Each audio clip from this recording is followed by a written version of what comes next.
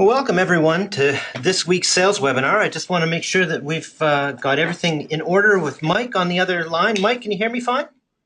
I hear you just fine, sir. Fantastic. Well, I'll kick things off here. Today, the theme is leveraging digital to sell traditional media. And as some of you might know, this is not George Leith. This week, you have the pleasure of listening to the younger, thinner, better-looking version of George. This is Jeff Tomlin. I'm the co-founder and CMO of Vendasta Technologies. And we have a very special guest here today. It's a privilege for me to introduce him. First off, just a word about Vendasta. Over this past year, we've done a heck of a lot of traveling throughout North America and the world, speaking to partners. Our partner numbers are in excess of 550 now, and we're helping about just under 8,000 salespeople reach out to well over 500,000 businesses. And it's been a pleasure. Probably one person we can say that's probably done a lot more traveling than even we have is our guest today, who's been all over the place and is extremely well known in the media industry. Now, speaking of some of the best and brightest, I did just want to say a word about an event that we have coming up called VendastaCon. VendastaCon is coming up. Some of you have received our communications, January 25th and 26th in Austin. It is going to be an intimate event, and we're going to be exploring data-backed strategies to help drive growth in this next year in 2017. The theme is Conquering Local. I just wanted to mention everyone, we have a special offer today. The registration is right now is $650. It's going up to $750 pretty soon. But for anyone attending the webinar, we have a promo code, which is Blinder200. And that will be in effect until Friday at midnight. For anyone that wants $200 off the current price, that'll be a $450 registration. You can take advantage of up until Friday midnight, but just by going to vendastacon.com and using that promo code, again, Blender200. We'll email the details out after the webinar here. There is limited space at VendastaCon, so if you want to take advantage of that special offer, do so before Friday. Now, our guest today doesn't need any introduction, but I'm going to provide one anyways. It is really a pleasure to have him on today. Mike Blinder is the president and founder of the Blinder Group. He's an author and internationally recognized speaker as an expert on media and advertising. The Blinder Group has worked with over 350 media companies worldwide, assisting in maximizing their revenue through effective on-site training, revenue generation programs. The Blinder Group's motto is train in the car as well in the classroom, which means that Mike's team's role as trainers attend over 5,000 sales appointments a year with small, medium, and large advertisers in four-legged sales calls, setting with traditional ad reps, closing tens of millions of dollars in new business for his client media companies. Mike's book, Survival Selling, reviews the fundamentals of B2B sales and has been acclaimed as a must-read by managers and salespeople of all industries. So without any further ado, Mike, you want to take her away? Well, thank you, Jeff. I've never been a promo code before. I have been a hashtag, I think, every now and then. But it's an honor to be with you. And you and I go way back, and thank you, Vendasta Technologies, one of my partners that I'm always recommending, for allowing me to host this. By the way, I made it easy for everyone. The slides that I'm now presenting are now available for download at a web address you see on your screen, blindergroup.com/getinfo. Mind you, getinfo is lowercase. I'm going to show a couple closing decks. I'm giving this away, guys. This is not going to be a commercial, I promise you, for my company. I will give away the actual closing decks for two markets. I only have time to show two market deployments this year, both recent in the last few months. And then, of course, some of the support materials you're using as well. So let me give you one of my favorite quotes. Lee Atwater. You may have heard the quote, "Perception is reality." Lee Atwater, I guess he's the, and I'm not going to get political with you guys, but he's the Kellyanne Conway of Ronald Reagan. He came up with that expression, perception is reality. We're going to use that for our journey today. And let's start off with, if I may, reality, and how reality affects us now in today's media world. Here's some reality for you. Gordon Burrell from Burrell Associates, a very close friend of mine, someone I argue with every now and then, but a very smart guy. Closed out last year with this being the local revenue lay of the land. And there's no question as we continue our journey today in this broadcast that digital is extremely important for local media advertising. You will not hear me say that there's anything not real about that. That is reality. However, there is how legacy media benchmark for local advertising dollars. Obviously, national would be an entire different thing. Now, I sent Gordon an email just 2 days ago asking him for the latest and greatest numbers for this year, which he will not publish till January. But here's at least the forecast, and we'll see if he's right or wrong. But he's showing growth in digital and a drop in some legacy media. As you can see, TV an uptick, duh, we just went through an election cycle, but other legacy media taking some hits as well. So there's the reality of the situation. This is a famous chart he came out with earlier this year, predicting this being the X year. Again, this is local, not national, where that line you see shooting up, the green line, is the geeky stuff, the nerdy stuff, the stuff that we take to market digitally, and the line that is slowly going down is legacy, radio, television, direct mail, cable, billboards, and all the things that are not digital. And of course, of all those digital dollars, this is one of my favorite graphs that came out earlier this year from Burrell Associates, which, it's almost like think about the Titanic, that most of that digital money is not advertising money anymore. It's below. It's like an iceberg below the water, and it's all these digital services, which I'm not going to dissect for you now. There's other webinars on that and other ways if you want to go into all the different percentage of these digital services that we need to take to market, because that's one of the main reasons that media companies have established digital agencies. I mean, you've got to sell the products that small businesses are buying. And for the sake of this discussion, since I am working with some Gatehouse media properties, many of you may know Gatehouse with, I think it's the largest, as far as titles, newspaper group here in the United States now. They've acquired more as well. A lot of small markets and some medium-sized and a few larger ones. But and this is a dated one, and those of you that work for Gatehouse may be saying, but it's the one I happen to have in my computer, of their list of digital services they offer. And let's define digital services this way. It's beyond our core competencies. In other words, what we do for a living in legacy media, traditional media, or in media in general, is we rent eyeballs. If you're someone who sells ads next to content, you're actually renting an eyeball, right? I mean, you attract those eyeballs to print or digital and rent them. These are things that are different, the services that we offer, although stay tuned for that. Now, let's discuss some of them quickly. Search engine optimization, very important. Lots of money will go down as advertisers have to optimize their web pages, whether they're mobile or desktop, and we all know they should be going mobile as quickly as possible. Social media management. If you're like me and you engage with small businesses, and we've been all over North America and in Central America this year, you know that one of their laments, one of their issues is, we know we should be doing more in social media, but who has the time to do it? So you sell a service where you manage that content for them. Website development, whether it's desktop, mobile, or mobile adaptive, or small side sites that, that transfer the viewer when someone comes on a mobile device.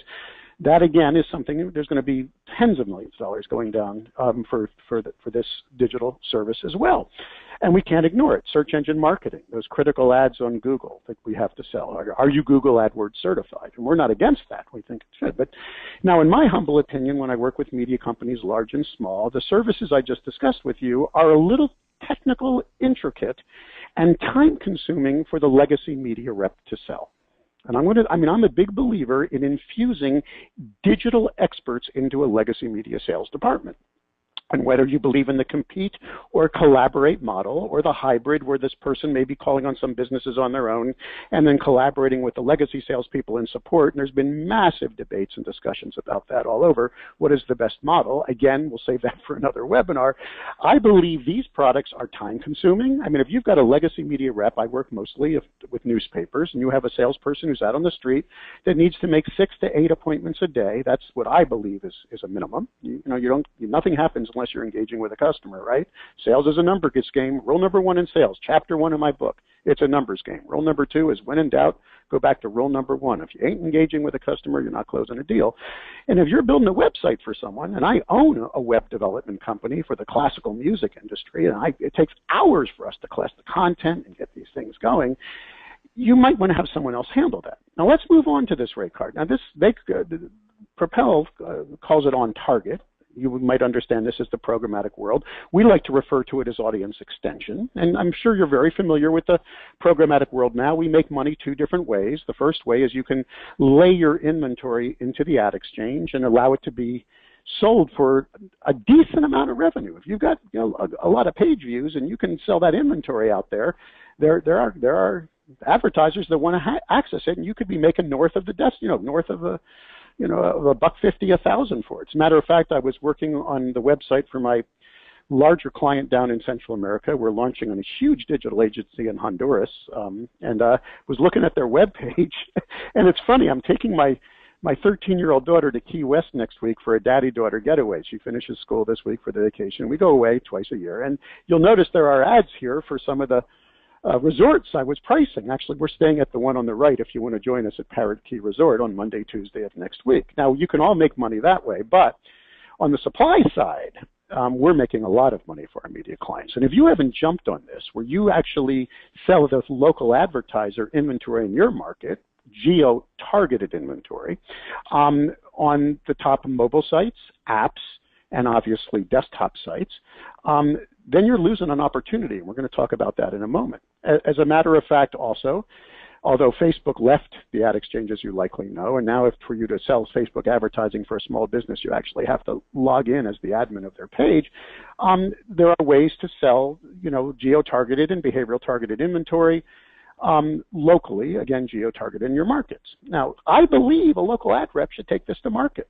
I believe if we can't train up the local legacy ad rep to sell this, we've got a challenge, because this is nothing more than what they already do. I mean, let me take you back to one of my trainings. I mean, if you've ever attended one of my trainings, and I know we have a lot of my clients on this broadcast, there's two words that I've been preaching for over 35 years of media management. They are reach and frequency. And you've heard me say this if you've ever attended my training sessions when I'm trying to train the legacy reps into a new product. I'll always say in the 1600s, to sell a cow, you nailed a note to a tree and nothing's changed, just the notes in the trees, right? I mean, we're still selling the cow.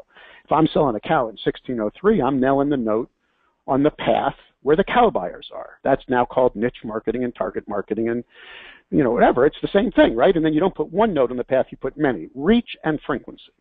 And I come from radio and television. Many of you know my background. I started as a disc jockey, then I managed radio stations, then TV stations, and then got into the digital world because I've been a geek since the early days of the internet. Hell, I was selling computers at Radio Shack in the 1970s, those TRS-80s. I mean, I've always understood the digital sphere, but nothing's changed. And when I entered the newspaper industry, I found it fascinating that newspaper ad reps will sell one ad and then call the advertiser the next week and sell another ad. And that's ridiculous. No offense.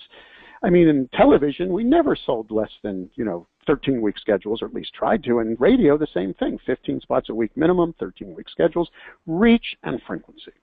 So one of the case studies I'm going to be revealing to you as we go through our journey is a recent victory. I consider it a victory.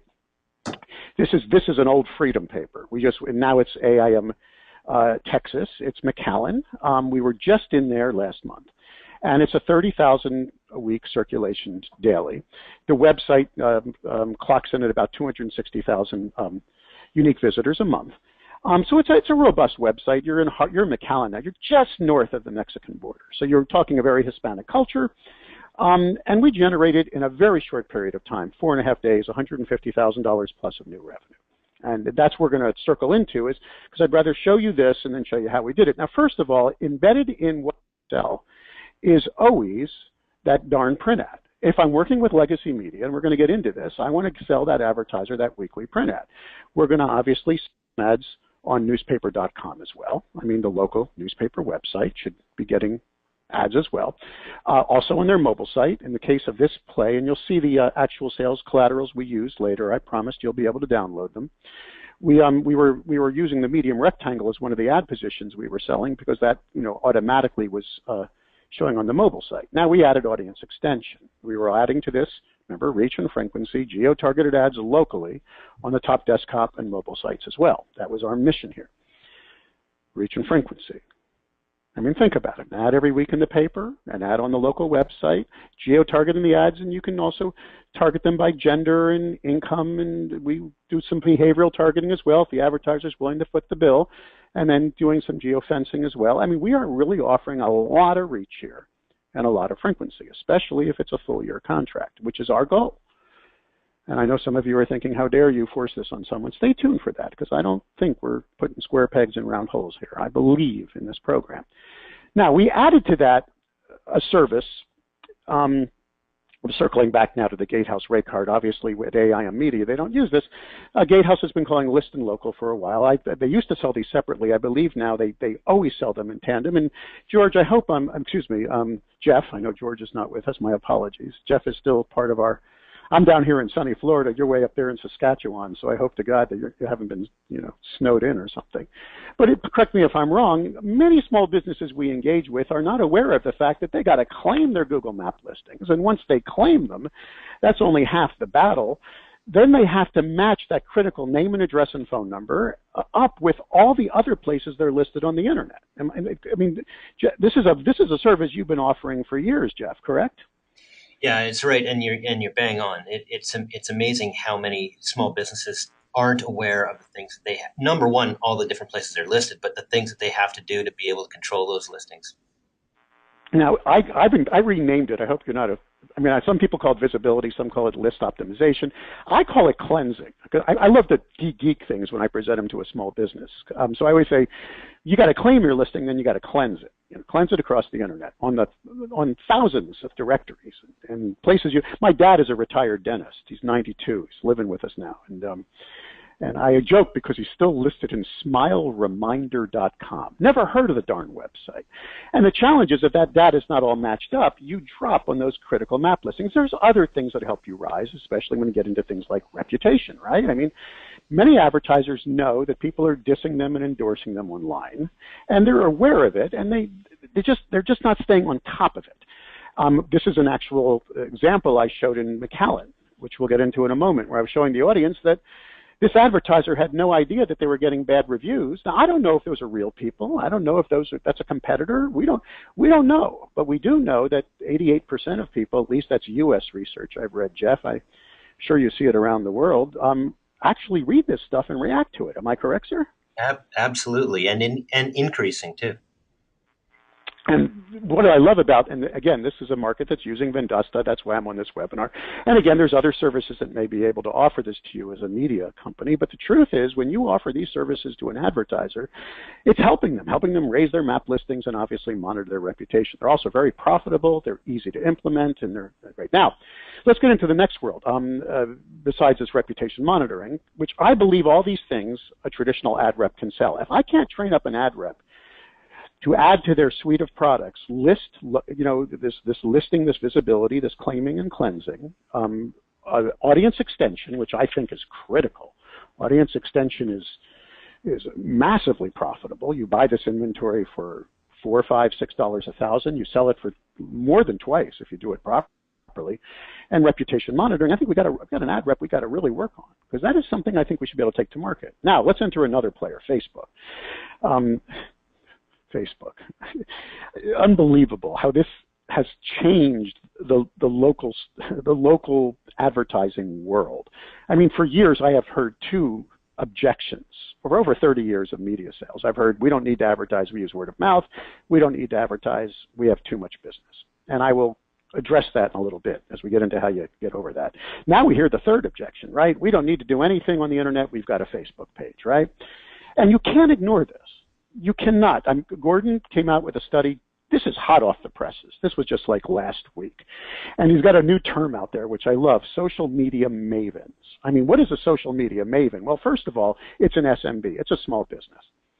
Small businesses are all about Facebook. And you likely know this if you're a media company or a media person in any market right now, you're realizing that Facebook is critical in the thinking and the spending of these small business owners. According to Gordon, look at it, in 5 years, 85% of SMBs now have a social media presence, and most of it's Facebook.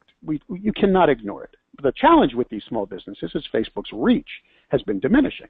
I mean, I have a Facebook page. You can like me, or you can friend me. Now, if you like me, you're liking the Blender Group, our business page. And as of this morning, we're a little bit north of 1,180 likes. Those are people who click our like button, where the content that we post on the Blender Group page to market this to media executives should hopefully see this content stream in their news feed on Facebook, between their friends from high school, church, coworkers, and what have you. But if you're logged in as the administrator on a business page, you will likely notice that they're now showing a reach number. They've been doing this for about 3 years. There's Gordon Burrell, by the way. There's his face on one of our posts. blogging about some of this research, you'll notice that the reach number is much lower than our like number. It's actually, this is a good one. We sometimes get less than 10%. And business owners aren't happy about that. They're concerned, and some of them are boosting, some of them aren't. Facebook says the reason the reach number is low is they've been adjusting their algorithms to be looking for more engagement quotients. Basically what they're saying is local businesses are not getting enough, when they're posting content on their Facebook page, they're not getting enough comments, likes, shares. The content's boring, duh. More engagement, your reach numbers go up. So they're encouraging businesses to put better content, that's what they're saying, in order to get higher reach. We all know that's not really true, right? The reason the reach went down is to make money, because Facebook's profits went up geometrically as the reach went down, right? We all know that because there's that boost button sticking there, right there, begging you to click and spend money as you're upset about that low reach number. Now, we came up with another tool that we've taken to market. Many of you have heard me boast about this because I helped invent it years ago in Frederick, Maryland, with a guy named Geordie Wilson. When we saw the reach number going down, we talked to a local, online geek who was working there. His name is Reinig, who basically came up with a cool thing using Yahoo pipes, built it within a couple days that would allow us to stream all social media content we wanted to into a widget. I hope this video plays for you. Yep, it is good because I'm using it's here on the Macallan website. They launched this. You'll see that they're actually in control now of social media content that they control. They put in the chamber and the city and the fire department or what have you, but they also put in advertiser content. And it's not just Facebook. We can also stream Twitter and Instagram and Pinterest and YouTube and Google+. But the truth is it's mostly Facebook. So the advertisers updating their own content on their own and instantly seeing it on high traffic websites. And this widget can be any size, shape, or flavor. You can actually serve that content in an ad position for the advertiser. So it's DIY, do-it-yourself content on steroids. And we've launched this in a number of media companies. About 200 cities are now using it, and a lot of colleges are using it because I spoke at a college conference recently, and Morris Multimedia actually says that in some of their websites, this is one of the highest content areas, because why not? Everybody loves social media. And there's a back-end tool, which is really cool, because one of the challenges we have is finding new business. So in the back end of this thing, you can actually, if an advertiser is abusing it, in other words, if this guy says, hey, if I update every minute, I'm always at the top, you can, police him and have him only have his update show up once an hour. But you can also put the content in specific channels.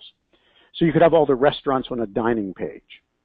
And you could, I know one newspaper now on their website actually has all the ski resorts that are nearby that tweet hourly, the ski conditions. They have just one widget showing them. You could put all the home improvement guys. So you can actually, segment it. And then what I love is, because I'm a sales guy, is it generates instantly, this is back end, only you see it, the media company, a map that instantly shows you everybody who's doing social media in your market. But most importantly, it shows you the hottest leads, those that are updating a lot with low reach, if you think about it. And then as much content information as we can glean. If the phone number's on the Facebook page, it gleans that, decision maker, what have you. So now you're ferreting out a lot of those small businesses that are hard to find. And it really helps close the deal, and I'll tell you why. It's all ego. You likely know this. About 60% of the small businesses we engage with, the decision maker is not updating the Facebook page. You know that. It's the receptionist or their kid doing it, right? If you get that person to the meeting and they notice that low reach number, and then you explain to them that we would like to include their content into our news media, high traffic news media website, they say, wow, this is amazing. I'm like an editor. It's almost in a way, it's not really native, but you're commingling their content with your highly viewed editorial content. And it helps close the deal. That's why we love it. And it's very profitable, like those services we showed before.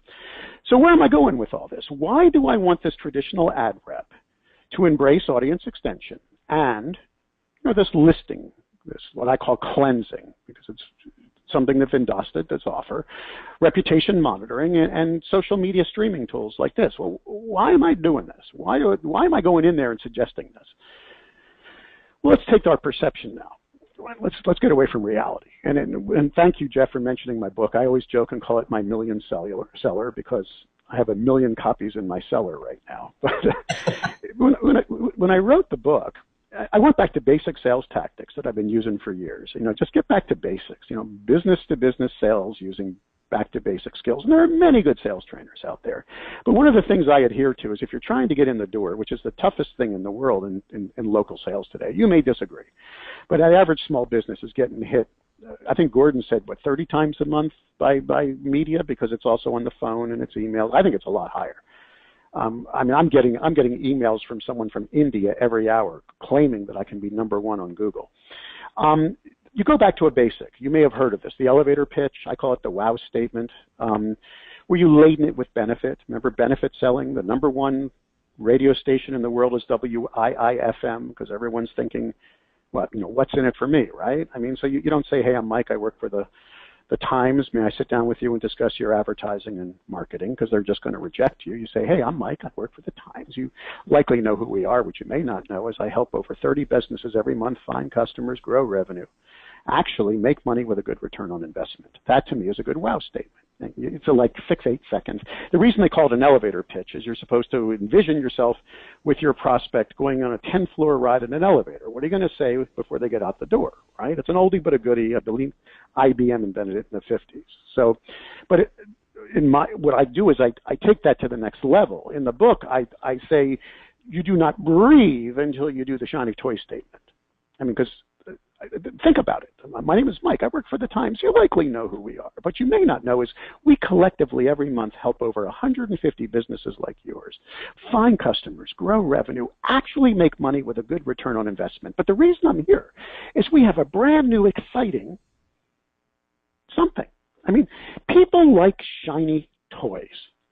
Let's face it. This is something I have been preaching for years. We are in a culture where everything's got to be new and shiny. And I'm going to get political for a second. And please, you will never know. You can check out all my social media. You do not know where I lean politically, because I'm not going to alienate half my customers. And my apologies to you outside of the United States for our election cycle, because that's all you heard about. But if you think about what really happened here, and at least and there's a method to my madness. Please don't log off of the webinar and get upset with me for showing you two faces you most are likely sick of for various reasons. But the reason that the Democrats had trouble selling Hillary is she wasn't new and shiny. Yeah, you could talk about her qualifications, but even Barack Obama said that voters want the new car smell. And that's what he was. You see, that was the challenge in this election cycle, that people want something new and shiny. Well, that's the challenge we have with legacy media. Let's circle back. Now, I work mostly with newspapers. I got a very big radio and television background, but I'm going to circle back because for some reason I'm looking, I was hired as the digital director. I was running a radio group in Portland, Maine. Some of you know this. And the next thing you know, the Portland Press Herald calls me up because they knew I was a geek. I was running the ad club, president of the ad club, and said, would you start our digital division? That was the year 2000. Suddenly I'm a digital expert in a newspaper industry. But let's look at the lay of the land. Now, the NAA, which is not the Newspaper Association of America anymore, they just took the name newspaper out of it. They're in the News Media Alliance now. They actually, and the research is a little dated, but they're basically saying that the average newspaper, their latest data on this is newspaper readership in the United States 3 years ago, was 50%. 1 out of 2. And that's way down from 80%, like a decade ago. It's down. There's no question. And it's still dropping. I work with a company, and the study goes on that when you tack on the website, and this is, again, a bit dated. I'm not going to tell you this is brand new. This is about 3 years old when they did the study. But when you tack on the website, your reach increases by 13%. You get to a 63% total reach. That's newspapers. And I know you guys in radio and television have your own data that you can exploit. I work with a company called Media Audit. Love Phil Beswick. He shares his data with me. It's a little lower now. This is much more recent. This isn't this year, where Phil's got a study going on in hundreds of cities. And basically, when you cobble together all newspaper readership in the United States, he's got the number a bit lower, 46%.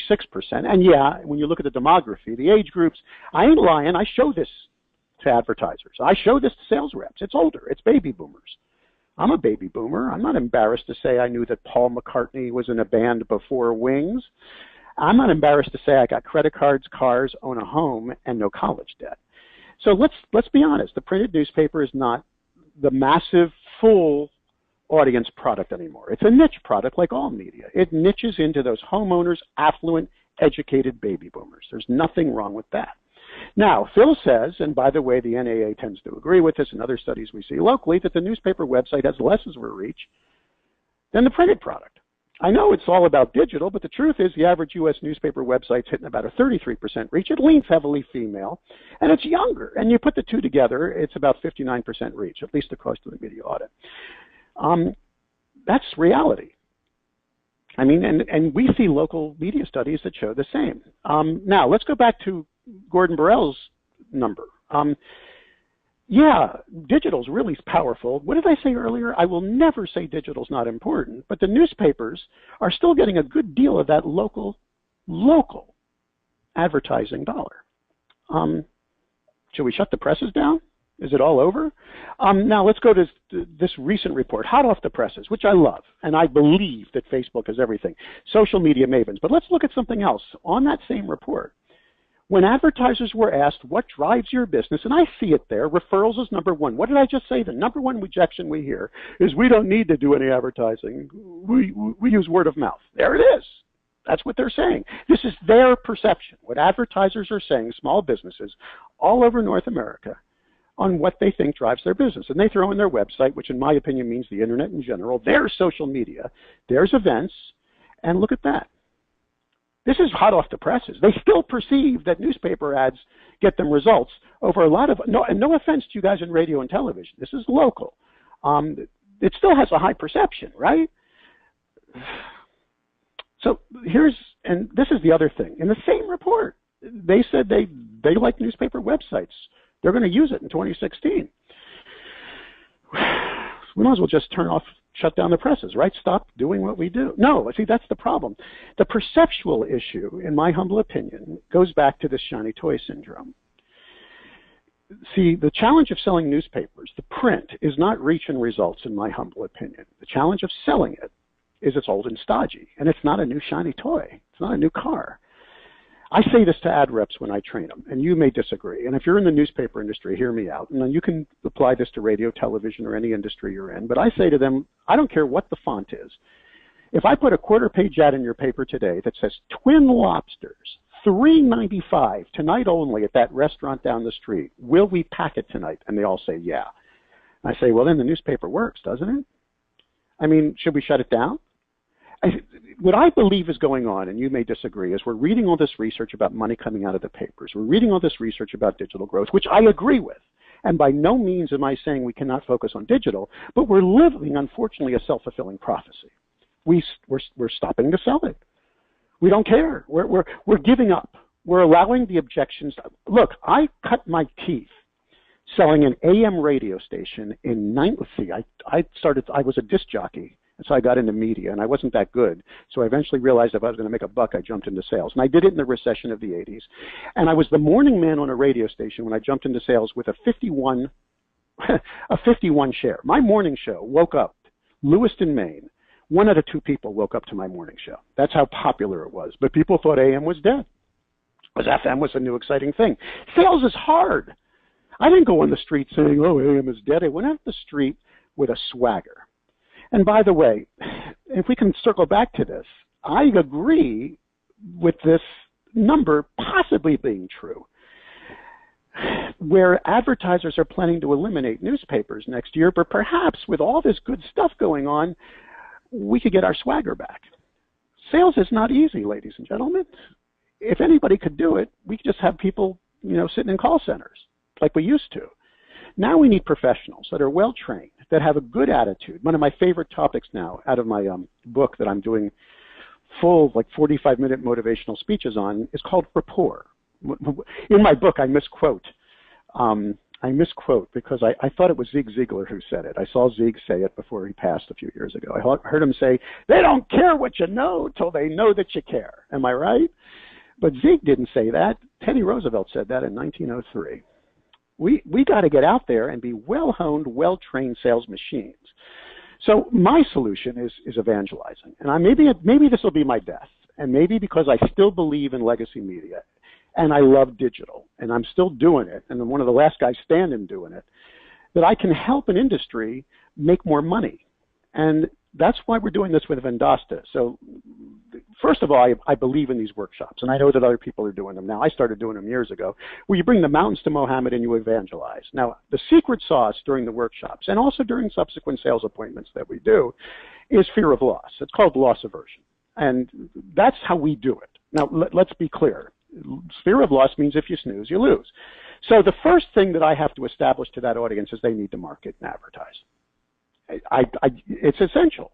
And I say to businesses, if business is good, God love you, that's great. But you're in a free market society. And if you're in a free market society and you're making money, watch out. Someone will try to take it away from you.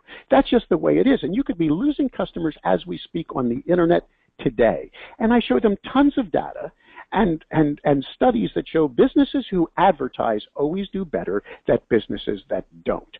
And if there is not a resounding duh right now, but that is the fact. So you've got to be more aggressive. So I talk about reach and frequency and the need to target your customer base.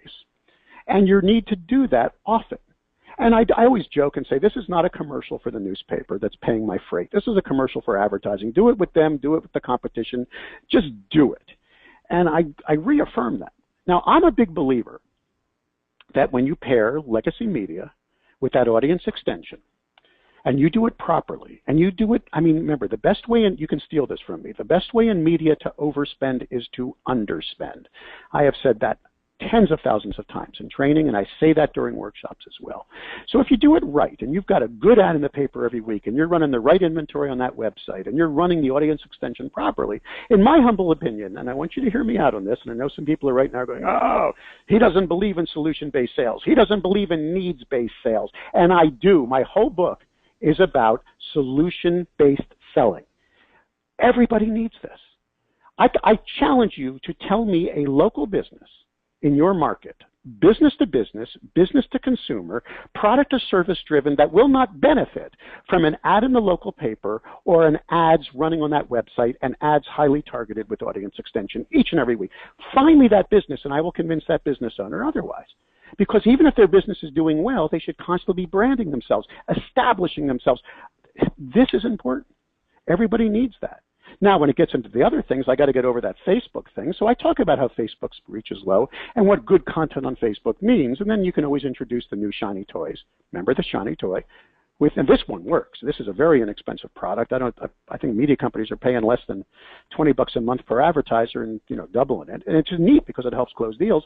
And then we talk about Google and how important it is. And we get into visibility and SEO. And that, of course, is where these great tools that Vendasta is now offering. And correct me if I'm wrong, Jeff, you'll be offering audience extension to your partners very, very soon as well. Am I correct, sir? It is coming soon, beginning of 2017. You're right. Millions of dollars we've made. And it's just an amazing, important tool. By the way, SEO, if you have a directory product, and many of you have gone with Own Local, I love that product, or any other local directory, you don't position that as a real directory. You don't say to maybe I'm wrong. And I apologize, Mr. Mims, Jeremy, if you're watching this. I don't mean, but it's very rare that someone's not going to go to Google and they're going to go to your directory you launch and look for a plumber.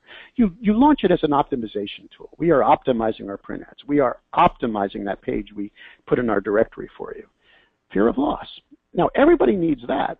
These are the shiny toys. I'll say that again. And when you package them properly, everything seems to fit together nicely. And we proved that this year. Now, look, again, I'm not putting square pegs down round holes. You grab my business card at any conference. My favorite expression is on the back of it. My whole team has this expression.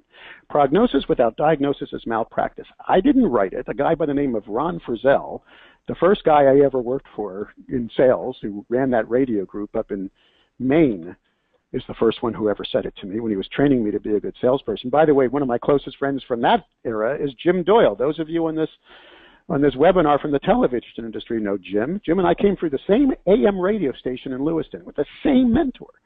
Jim's been one of my mentors as well. He wrote on my book, on the book jacket. I've got a quote from him. But this is important. So how do you establish the solution-based sales process when I've already told you that reach and frequency every business needs? Well, hear me out. I always say to the audience, that's half the battle. I can target an ad for you, and I can do it often. I can do it in legacy media, digital media, and I can do that. But you got to meet me halfway with a strong message. And I explained to business owners that no one's driving $5 out of their way for 5% off dry cleaning. And I tell them, by the way, no one cares if you say 20% off anymore. We all know what works, BOGOs, right? half off, and I always explain you do a limited opportunity, high value. You bribe people to click, call, or stop by a business.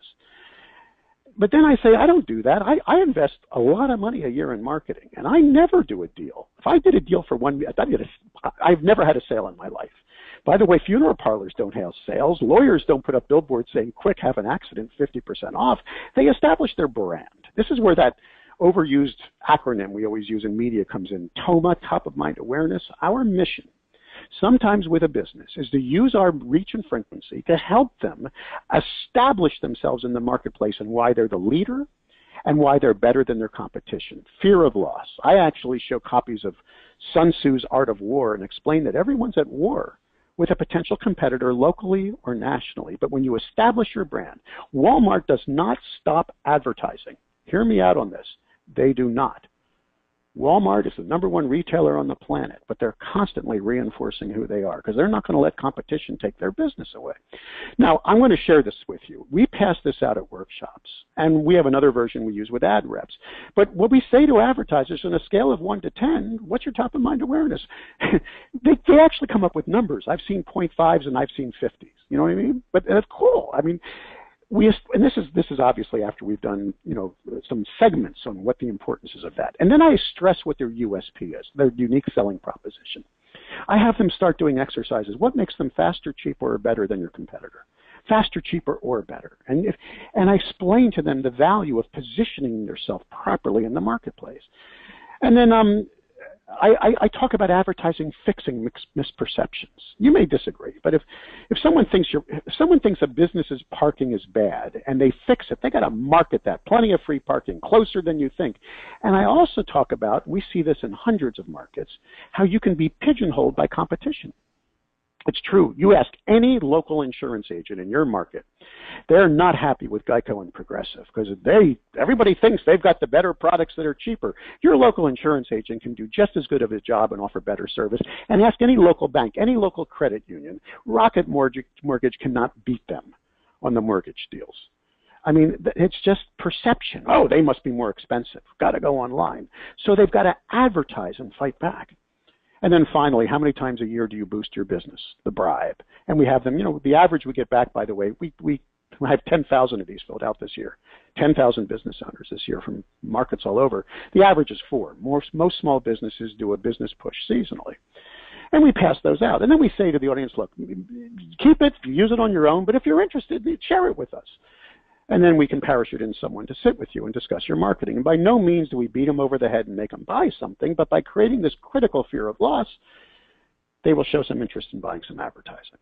And by the way, we also, if the market wants to sell these incredible products like visibility, which you just talked about, or those map listings and reputation monitoring, there are free reports they can generate. Correct me if I'm wrong, Jeff. Doesn't your company issue these audits to businesses, or did you stop doing that? I haven't asked you guys in a while. Well, do you have these scorecards you can do for a business? We're doubling down with it. That's our snapshot report, and there's more coming on the snapshot reports in 2017. That's for sure. These are incredibly cool things. Did you know? And you got to watch. By the way, can I give some advice on this, Jeff? I hope you don't mind. I know that I know that George does a great job because I've watched him speak to a group. But you got to read these before you show them to an advertiser. Don't you agree? Oh yeah, absolutely have to know what you're talking about. Go ahead. I'm sorry. No, I was going to say you absolutely have to know what you're talking about. But there isn't a better conversation starter than creating a report like this because people want to see value up front. And that's the way consumers are going in general, especially people that are looking to buy services like software. They want to touch and feel it first, but they want some sort of value up front. And this is what you're doing.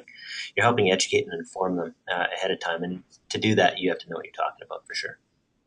It is really. Now, we have done a dance with these because we want to close the near-term reach and frequency deal. So we have found this magic way that we're sitting in front of the small business to save this after we've gone over their first issues with how to position their business and brand it and make sure we're helping them with the right message. Remember, it's all about message. That's the closer right there. Then we say, let's go over this audit quickly. And we set up a subsequent appointment for the digital specialist to come in and talk about some things like SEO and other things as well. So let's go to market. And again, this is not a commercial. I only have 15 minutes left. You can download these sales decks.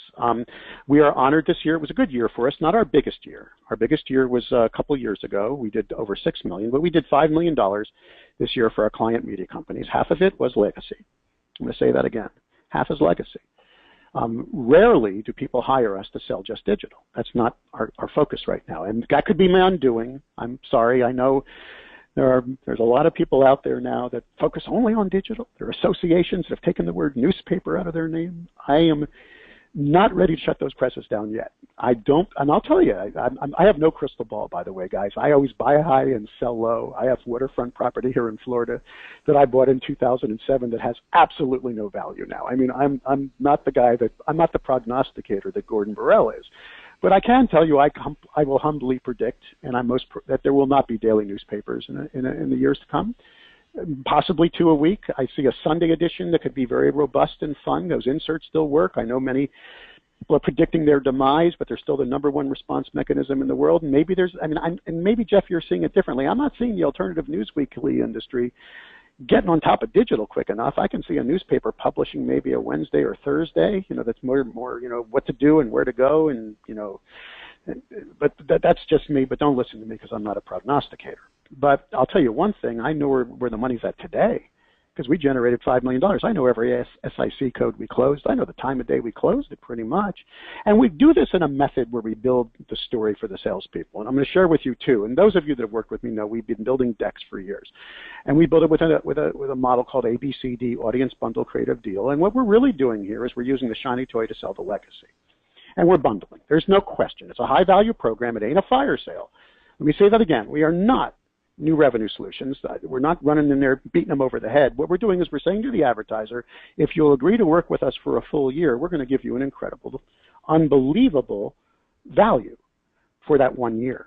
And we make it very limited. Now, that's my secret sauce because I've always believed in the concept of supply and demand ever since I took Economics 101 at George Washington University in the 70s. People want what they can't have. I mean, we've seen it in every single Christmas, right? Pet rocks, Cabbage Patch Kids, the iPhone. That's the challenge you get in the newspaper industry. In radio and television, you cannot pick up the phone and call the National Bureau of Standards and beg for an extra hour the next day. When your inventory gets tight, you raise the rate. Newspapers have this issue, and again, I'm not begrudging the industry, but when the demand increases, you just increase the supply, right? You add pages. I don't know if it's a good idea. Maybe it's a better idea to offer things limited. So what we do is we offer a limited opportunity. We say to the advertiser, give us a no. A yes is no is okay. Because we're looking to supply a reach and frequency program to a select number of businesses and prove our value to you over the next year. Now, we don't do one program now. We do many. This is actually an easy market where we only had to build 5 different programs because we tailor this to the market and the rates and what have you. But I remember working with Pamplin Media, which I'm not going to show that one today because that was a native play we did that generated over $500,000 in suburban Portland. We had to build 27.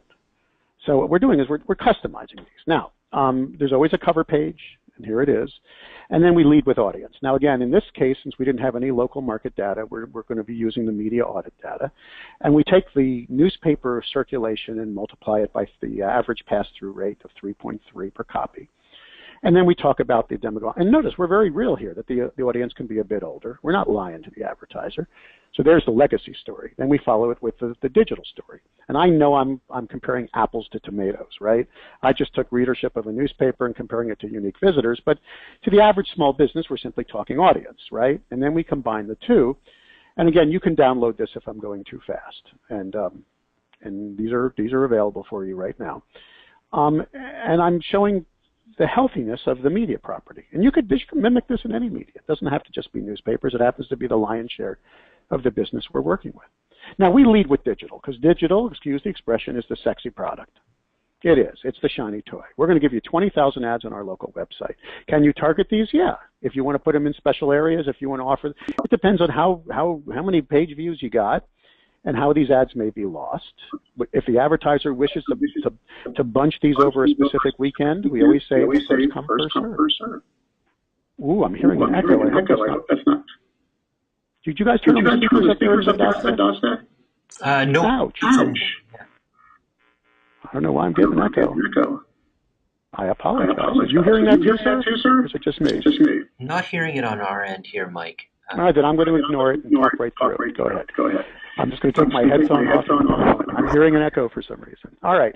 So anyway, 20,000 ads on the local website. If the advertiser wishes to have those ads appear over a specific time period or a specific page, we will always try to accommodate them.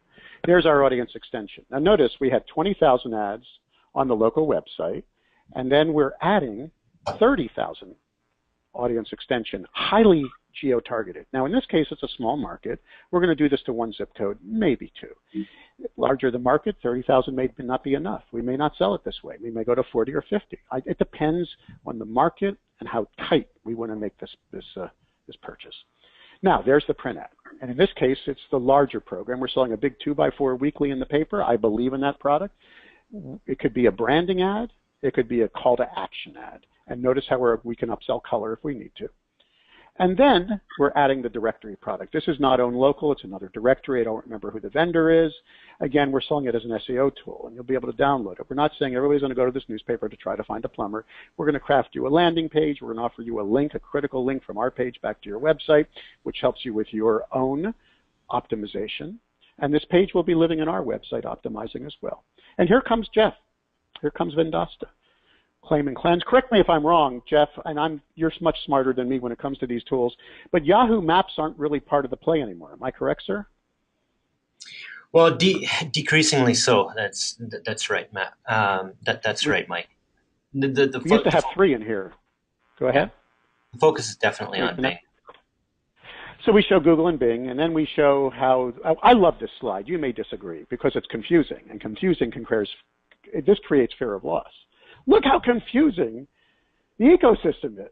You may not know this, but between Axiom, Localese, Dun & Bradstreet, Newstar, no, that is Localese, Axiom, Factual, and I'm forgetting one. Which is the other? I'm forgetting one of them. But whoever, all these different players that are, raking content and looking at, utility information, all the ways that they're shoveling this data out there that's all completely, totally wrong. If you don't clean it up, you're in trouble. And then we talk about reputation monitoring. Now here is the real shiny toy when it comes to social streaming. Mr. Advertiser, as you're posting to your Facebook page, we will be happy to feature that content, or if you tweet, or if you're doing Instagram, and we will commingle that. That's the word I use, commingle that with our highly valued editorial content. And then there's the closing page. Now there's one of the closing pages. Notice it's diamond. That's always the top level, because I am a Delta flyer. I live in Florida. You may have heard of this expression, but when you die in the South, whether you're going to heaven or the other place, you stop in Atlanta on the journey. So I've been doing Delta for many years, and so I name my programs Diamond First. Now, this program will be shown to an advertiser if it's appropriate at their spending level. We don't want to scare them off. We're not showing them a menu. We don't say, which one do you want? If the rep says $213.75 a week is too high, we won't show it to them. But we may push the rep and say, let's try it, because we can always back down. You see, that's the trick. You go in high and you back off. Now, if list optimization and reputation monitoring is not appropriate, we back it out. That's just $20 a week. We already know that. We're writing all over this thing. If the guy says, can I have color? We're writing on it. Can I run that ad as a different size? Can I bunch those? This page is the closing page. None of the other pages are printed out. This one is, because this is also a cool leave behind. There's a contract they must sign. And we don't bill them weekly, we bill them monthly. But we use the weekly number because it's less daunting. And then we also use a pledge letter. We have the rep sign a letter before the close saying, Mr. Advertiser, some of this stuff is new to me, and I'm being trained on it as we speak, but I'll tell you one thing, I'm going to service the heck out of you. And I promise I'll be here once a month to service you. And that also helps give some comfort to the advertiser, because you're not that geek in India trying to sell them something which they're getting sick of. And that's one thing. They're getting tired of all the emails and the phone calls. They'd rather deal with someone local, someone they trust. So again, there's the top level. Now, we may show them this program. We may not. It may be too high if it's a small business. But we can back down now to the platinum level. Notice that we backed out the audience extension tool. That's all.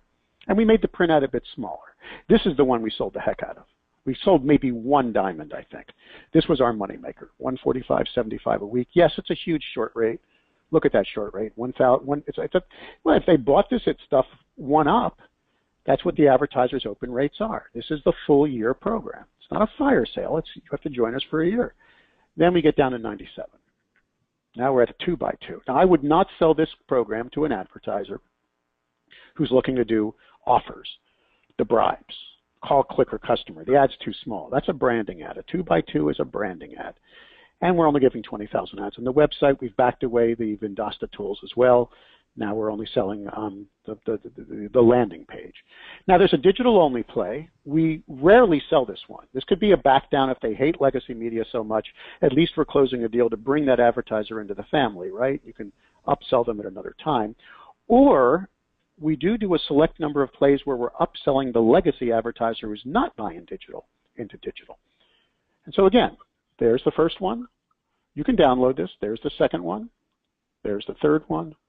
There's the digital only. And we're not showing them a menu. All right, so there you go. Now I want to show you one other, and then we're almost done here. I only have a few more minutes. This is a gatehouse market. We're working here with Mike Disselhorst, an old friend that I worked with at Morris Newspapers, and he went on to Hearst for a while. Lucy Talley, you may have heard of, is the regional manager here, and a great local digital lead, David Prizer, who I've known forever. I worked with him up in New England. And we're working with 3 newspapers. Now, once again, we generated a good deal of money here in a week. We did $234,000. Now, notice that at Gatehouse Media, Propel is a very important number to them. They want to sell some of the, they want to get those digital services sold. But to Mike, he wanted to sell not only his legacy print product and his local site, he also wanted to sell a new magazine he was launching. So here, as you can see, we're actually selling a lot of media. We're doing 80,000 geo-targeted ads, geo-fenced ads on the mobile. We're doing 50,000 ads on this local website. We're doing a directory branding ad. We're doing a huge full-page ad each quarter, each quarter in the newspaper and in the new magazine. And again, we're bringing in the white labeled tools that you're selling up that Vendasta offers. Now that's a huge program, $420 a week. I think we sold 2. This is where we started making some money. Now notice here that the print ads simply got smaller. We're still holding true to a lot of digital inventory, and we're at 285.27. Again, let me say this: if list optimization and reputation monitoring is not appropriate for the advertiser, if they ain't a bricks and mortar business, or there's one of those few categories that never gets reviewed, we simply know to take $20 a week off that figure. This is the one we sold the living heck out of. This is it right there. 2x5 directory ad, half page each quarter, a color ad in the magazine, 100,000 ads a month, and this is the one that just sold like you wouldn't believe. And it's not a bad value. About 100, there you go, highly limited. And then if we had to, we would be down to 147. Notice here we've taken out the audience extension, what they call on target, and notice here that we've even come to a much smaller ad. Again, this would be a branding campaign at only $71 a week. And once again, when we take these programs to market, we're not selling this, how should I say this, like a menu. We're not saying, hey, Mr. Advertiser, which one do you want, good, better, or best? What we're saying is we're going in at a certain price point that won't scare them off, and we're backing down. And it's not square peg, round hole. We're discussing the message. And I hope you guys, at least that are on this call from the newspaper industry, believe what I'm saying, but I think everybody needs reach and frequency. I go into a market believing that. I believe it's harder to sell than it's ever has been, and we got to get in our game here to do it. So anyway, there's the revenue we generate, but another good story here. Remember I talked about these products that are essential to Propel? SEO, website development, social media, and then as Jeff just mentioned, passing out and doing media audits. What we're proud of is even after we closed that $250,000 plus of reach and frequency deals, where we were blending in there, list optimization and reputation monitoring, we helped tee up subsequent appointments with David Prizer and his digital team. And David is boasting he sold an additional $100,000 of other services after the fact. That to me is a good story.